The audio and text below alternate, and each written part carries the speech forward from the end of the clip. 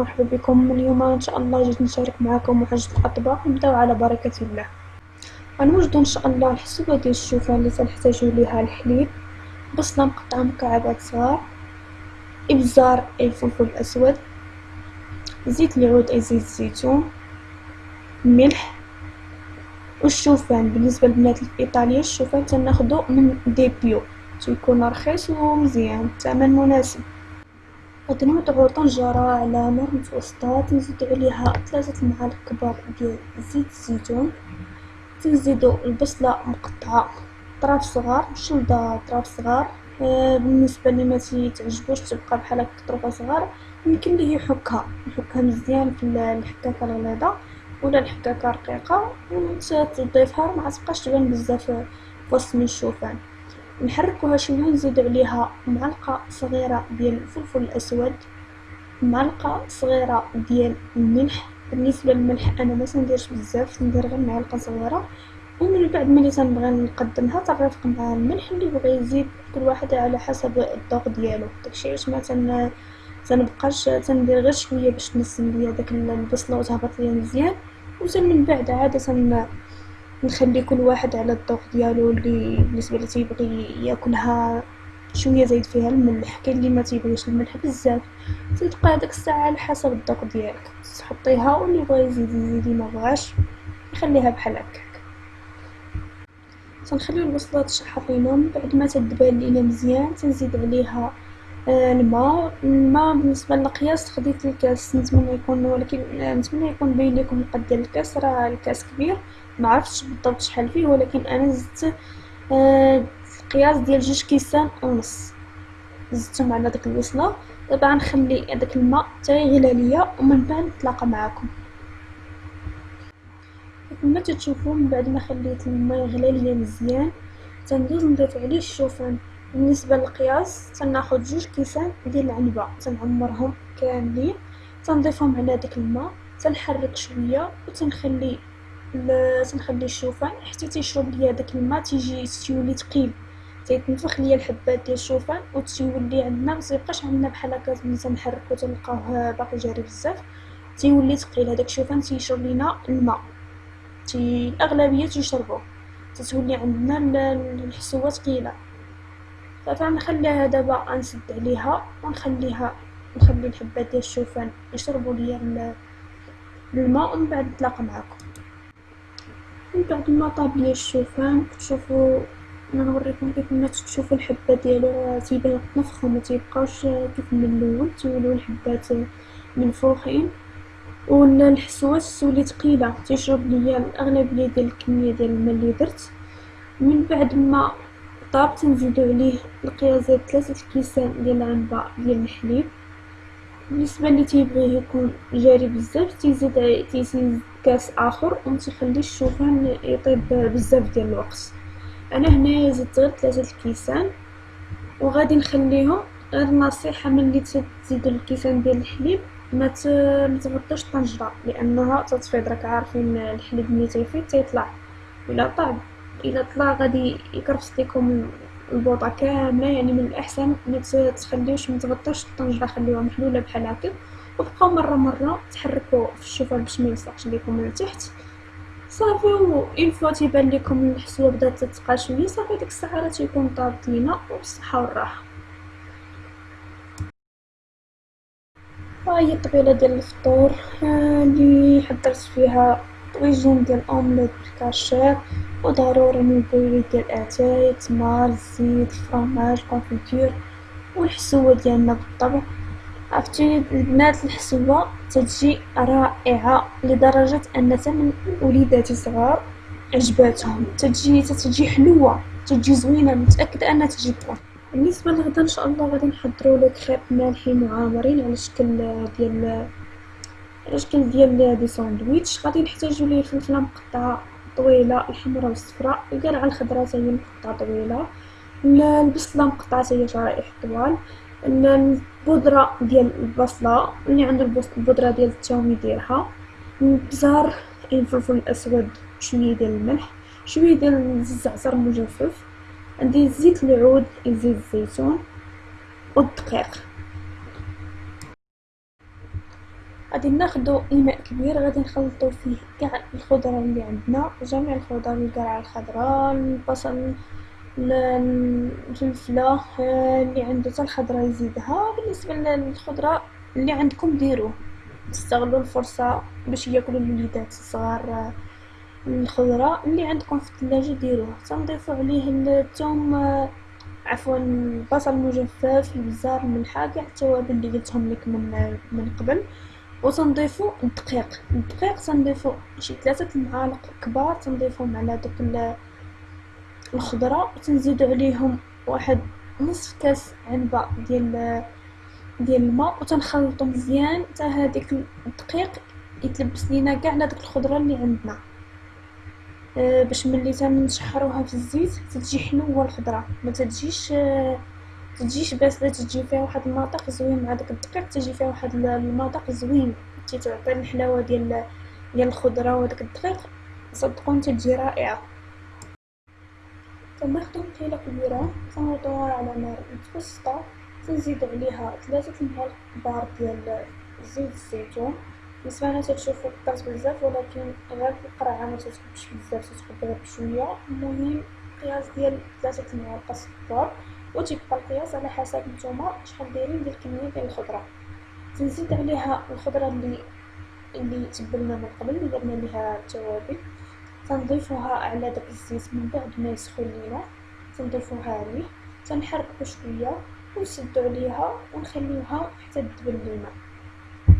من بعد ما خلينا الخضره ديالنا تطيب، غادي ندوزو نوجدو لاباط ديال الكريم. تنحتاجو فيها 400 مليلتر ديال الحليب على درجه حراره المطبخ، 2 بيضات متوسطين الحجم اللي كيكونوا حتى هما على درجه حراره المطبخ. لا واخا يكون في الثلاجه ماشي مشكل، لاننا عارفين ان الكريم تكون فيهم محميه ولا حتى شي حاجه، ما نخافوش منهم. غادي نضيفو عليهم بالنسبه للتوابل معلقه صغيره ديال البزار، معلقه صغيره ديال الملح، وواحد شويه ديال الزعتر مجفف، على حسب معلقه صغيره. اللي ما تعجبوش الكريم نحيدو ماشي مشكل. تنسمها بواحد فرماجه مثلثه، ولا على حسب الفرماج اللي عندك، يا اما لاطاش كيري، يا اما كيري، يا اما اللي عندك. اللي ما بغاش يديرو ماشي مشكل. الزيت انا تندير لك خيط بالزيت. اللي تيبغي الزبده عوض من 2 معالق كبار ديال الزيت يدير 2 معالق كبار ديال الزبده اللي تكون لينه، تكون على درجه حراره المطبخ دغيا تطحن، ما تكونش جامده مزيان.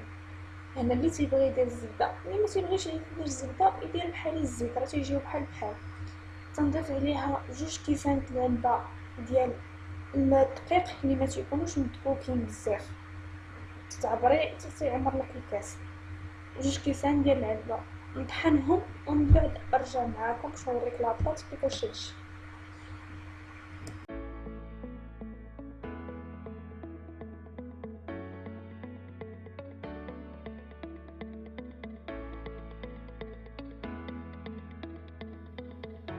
من بعد ما وجد لينا الخليط ديال الكريم، تنحطو المقيله ديال الكريم، من الاحسن تكون ما تلصقش، نحطوها فوق من نار مهيله، تندهنوها شويه ديال الزبده باش نتفاداو ان يلصق لينا الكريم في المقله، وتندوزو نبداو نطيبو في الكريم ديالنا. والكريم ما تستعرفوا خاص يدك تكون خفيفه معاهم باش تجيك لاباط رقيقه، ما تجيش غليظه بزاف.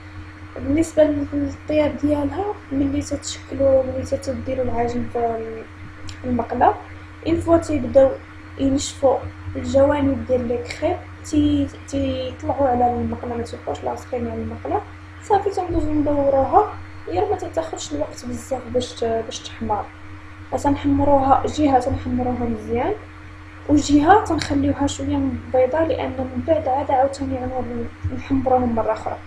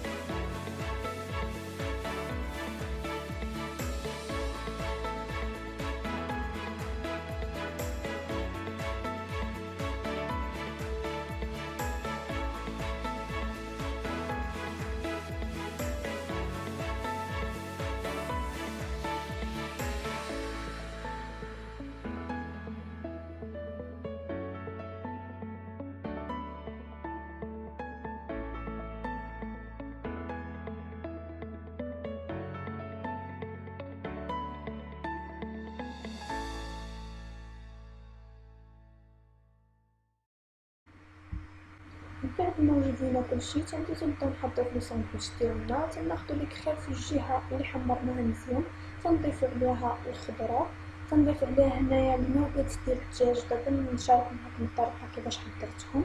تنضيفو شوية ديال الجبن موتزاريلا، الجبن مربعات ديال لي ساندويتش، وبالنسبة للجبن اللي عندكم متوفر في الدار تضيفو عليها، وتنشكلو ساندويتش مربع. نبغيو لي كخيب على شكل مربع صافي. وغادي نستمر بهاد الطريقة حتى نشكل لي كخيب ديالي كاملين، ومن بعد نتلاقاو.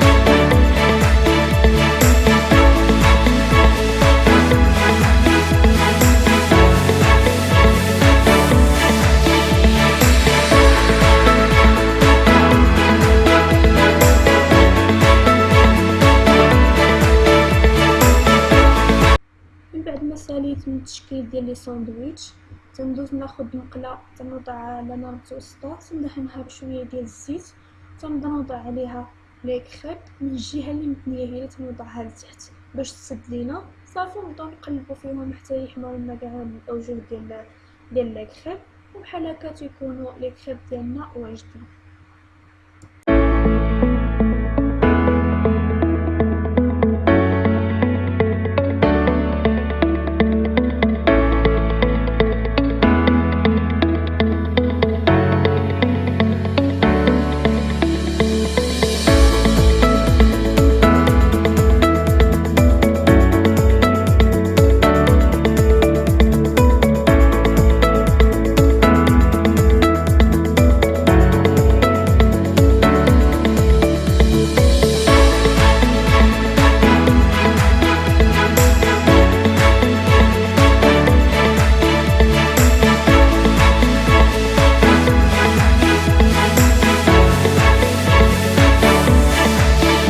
اول شكل ديال لي كريب ديالنا من بعد ما توجد، راه درت معاه شويه ديال البطاطا فريت. شوفوا الوسط ديالو كيفاش تيجي، زعما تتجي حاجه زوينه وبنينه وفي نفس الوقت صحيه، عارفه راسك شنو تعطي للدراري وحاجه تيبغاوها كبار وصغار. وهنا تنكونوا سالينا الفيديو ديالنا. نتمنى يعجبكم الوصفات ديال اليوم، وكيف ما تنقول لكم ما تنساوش الاشتراك واللايك، ونلقاكم مره اخرى.